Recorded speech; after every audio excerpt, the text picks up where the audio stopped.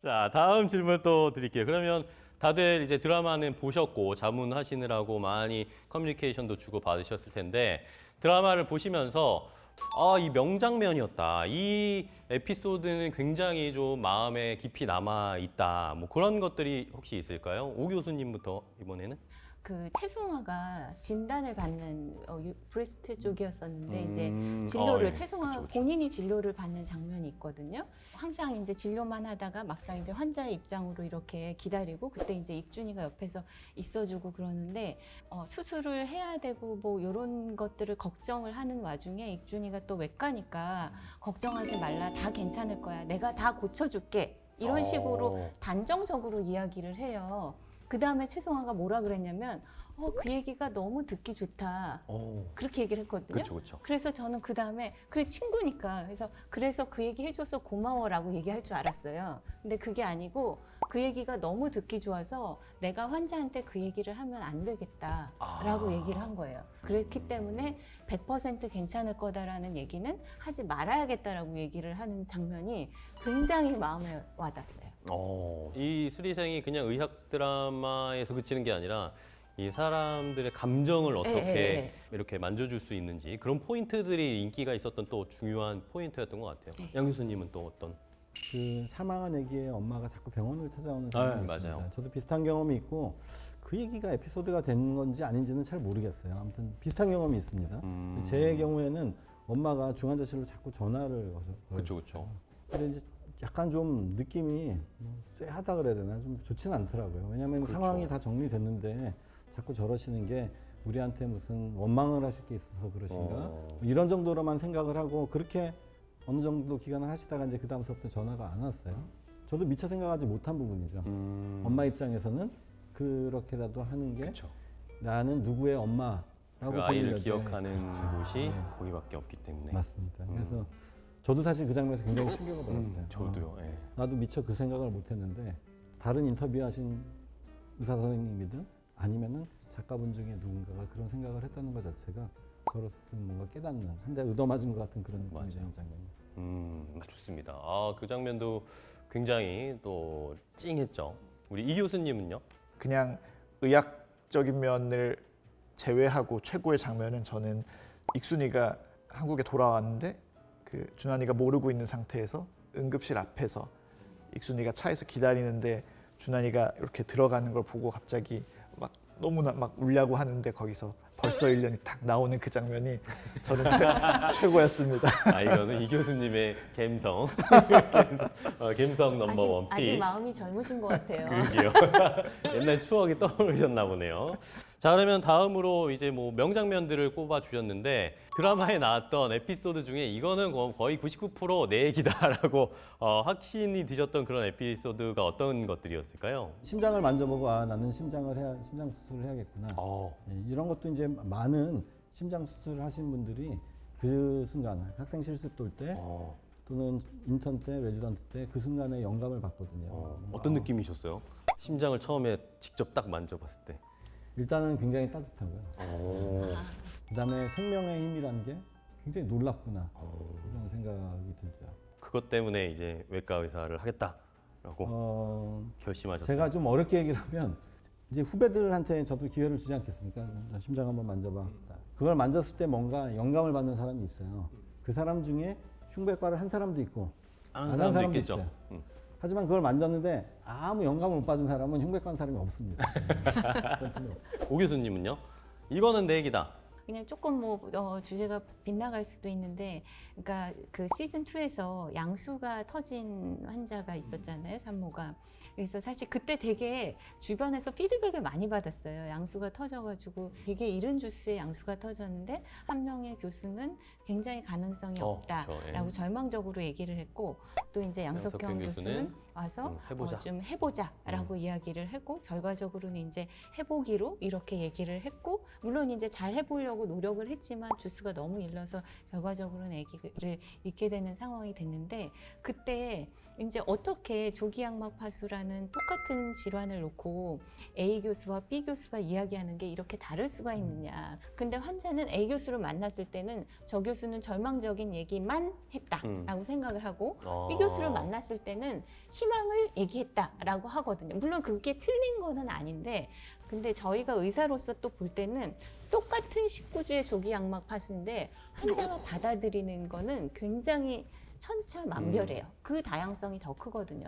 양수가 이미 터진 상황이지만 그 상태에서 최선을 다하겠습니다라고 별 질문 없이 쭉 자기 아기를 믿고 쭉 가는 산모들도 많이 있고 앞으로 어떻게 될지 모르는데 나는 이 불확실한 상황을 못 견디겠다, 못 견딘다라고 해가지고 뭐 예를 들면 뭐 임신 종교를 선택하는 경우도 드물게 있었고요.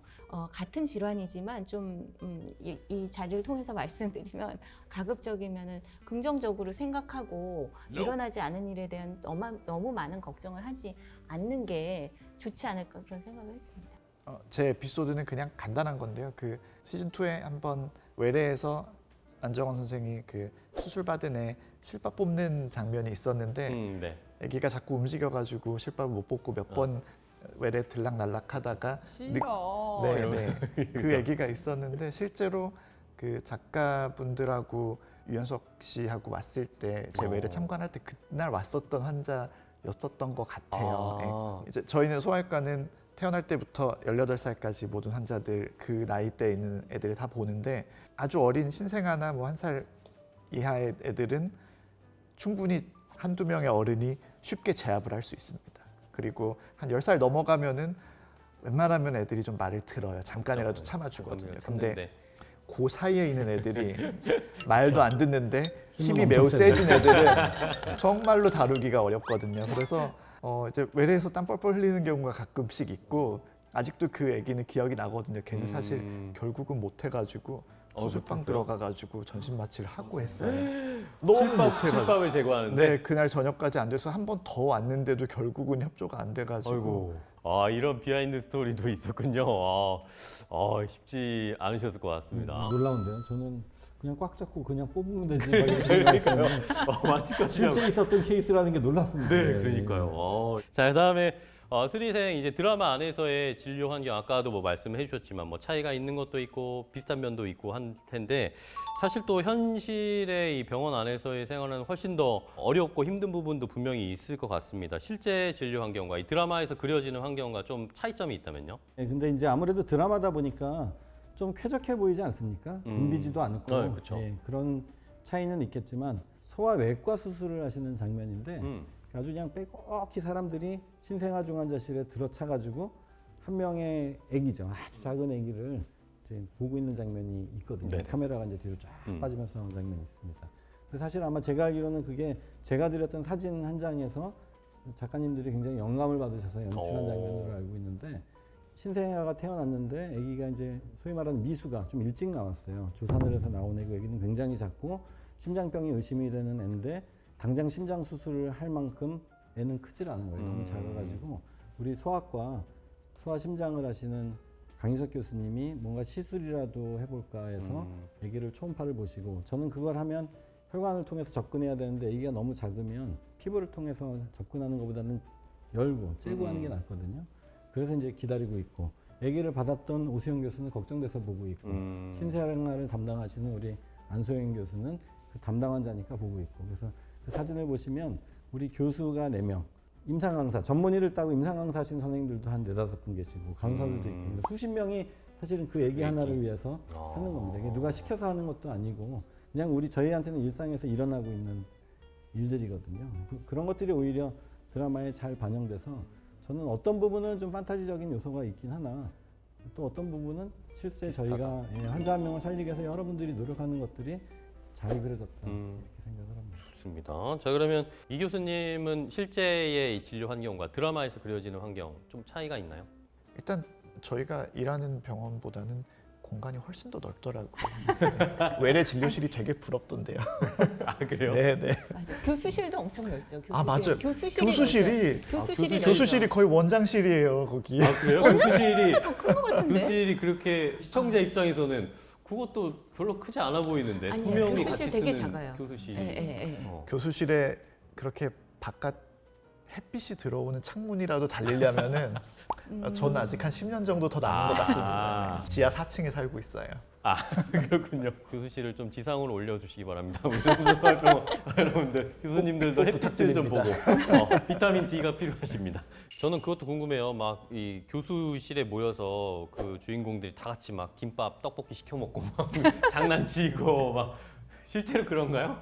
전혀 아니죠, 전혀. 전혀 네, 아니에요? 그러니까 일단은 낮에 아무리 친하더라도 낮에 같이 그렇게 모여서 밥을 먹는, 더군다나 시켜서 먹고 이런 거는 그런 일이 있을 수가 없거든요. 시간이 없어요? 시간이 각자도 다 없고 시간을 맞출 수도 아. 없고, 예. 그리고 사실 밥을 한 거의 10분 만에 먹거든요. 그 식당에서 왜 되게 빨리 먹잖아요. 그렇게 하는 거는 리얼이고, 같이 모여서 5명이서 뭐 이렇게 시켜서 먹고, 더군다나 점심시간에 이렇게 얘기를 하면서 먹는 거는 사실 병원에서는 거의가 아니라 그냥 아예 있을 수 꿈도 없는 못 일이거든요. 그래서 그거는 정말 현실감이 없는 씬이기는 해요. 아 그런가요? 예, 예, 요게 판타지가 많이 들어가 예, 있군요. 예, 예. 하지만 엘리베이터에서 만나면 엄청 반갑습니다. 아, 그렇죠. 네, 동기사랑 나라사랑이라고.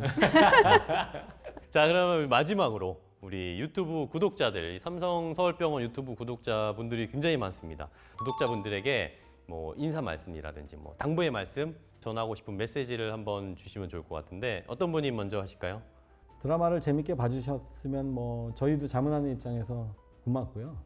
저는 선한 영향력이 있다고 생각을 해요. 자문하는 교수를 이름으로 슬기로운 의사생활 팀에서 기부를 하셨어요, 병원에. 근데 마침 그 다음에 제가 수술했던 아기 중에 하나가 그 기부금에서 지원을 받아서 지원을 받았어요.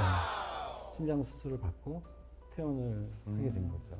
이러한 선한 영향력들이 이렇게 조금씩 퍼져나가는 계기가 되었으면 우리 유튜브를 보고 계시는 시청자분들께서도 그런 역할을 해주시기를 기대하고 저희도 노력하면서 살겠습니다. 네, 좋습니다. 아 정말 선한 정말 영향. 말을 달변이시네. 달변이야 정말. 아. 30년 전에도 이랬거든요.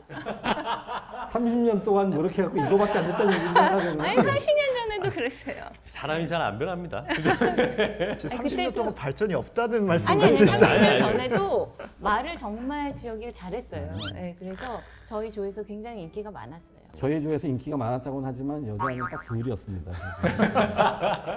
심지어 오겠어요. 그죠? 다른 분을 만나셨고. 인기라고 하는 건 원래 이렇게 실체가 없는 겁니다. 조금만 있습니다.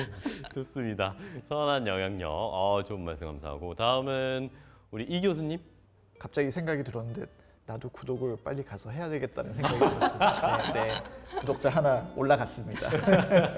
의학적인 측면을 그 자문을 하고 있지만 제가 관심 있게 본 거는 환자하고 보호자들에 대한 이야기들이거든요. 근데 저희가 흔히 병원에서 보는 그런 케이스들도 있지만 제가 미처 생각하지 못했던 모습들도 많이 있어서 저분들이 이렇게 병원에 와서 힘든 상황에서는 저런 생각을 하고 저런 식으로 느끼는구나라는 거를 저도 또한 배우게 됐거든요. 그래서 그런 좋은 드라마이기 때문에 다시 보기로 많이 봐주시고요. 그리고 시즌 3. 시즌 3가 과연 또 있을까요? 그건 저한테 물어보세요. 시즌 3에 저희도 참여를 할까요? 모르죠. 왜 저한테 사실 좀 물어보세요. 피곤해요 이제. 네, 어떻게 될지 모르지만 뭐 시즌 3에는 저도 이제 애청자의 마음으로 열심히 보겠습니다. 여러분들도 같이 사랑해 주세요. 좋습니다. 감사합니다. 시즌 3가 꼭 나와야겠네요. 자, 다음 오 교수님 마지막으로. 시청자 여러분들께는 다 두 분 선생님께서 좋은 말씀을 해주신 것 같고요. 저는 조금 다른 얘기를 했으면 네. 하려고 하는데 이 드라마를 자문을 하게 된 계기가 이제 산부인과, 흉부외과, 신경외과 또 외과 파트 이렇게 다 수술하는 파트면서 사실 육체적으로도 힘들고 여러 가지로 지금 그 전공의 지원율이 조금이 아니라 상당히 낮은 과입니다. 그래서 비인기과 얘기하지 말라니까. 비인기과라는 말을 안 썼잖아. 전공의 알겠어. 지원율이 낮은 과라고 했지. 그래가지고 사실 그랬기 때문에 어떻게 하면 이 드라마가 근데 비인기과랑 지원율이 낮은 과랑 같은 얘기 아니야. 아니 그래도 사실 어쨌든 그래가지고 이런 드라마의 자문을 통해서 조금 이런 힘든 과지만 중요한 과잖아요. 사실 그런 과에 그렇죠. 지원을 하는 전공의 선생님들이 많아졌으면 좋겠다라는 마음으로 사실 자문을 시작했고, 이 드라마가 의과대학 학생, 그다음에 전공의 이렇게 보여주면서 의사의 성장 과정을 보여주는 와중에 이 과의 지원율이 좀 높아졌으면 하는 마음이에요. 그래서 이 채널을 보시고 또 이 드라마를 보시는 전국의 의과대학 학생 여러분, 양석형이 되고 싶은 오세요. 분은 오시기 바랍니다. 어, 웰컴입니다. 그런 얘기. 좋습니다. 양석형처럼 만들어드리겠습니다. 네, 좋습니다. 아, 이렇게 드라마 안에서만 존재할 것 같은 이 의사 선생님들을 저희가 직접 한번 만나봤습니다. 스리생의 모티브가 되고 또 자문을 해주셨던 우리 세 분 좋은 이야기, 재밌는 이야기 또 솔직하게 얘기해 주셔서 너무 감사하고요. 너무 재밌었습니다. 오늘 좋은 시간, 바쁘신데 시간 내주셔서 너무 감사하고 다음에 또 기회가 되면 또 다른 콘텐츠로 한번 인사드리도록 하겠습니다. 오늘 고생 많으셨습니다. 고맙습니다. 예, 감사합니다. 감사합니다.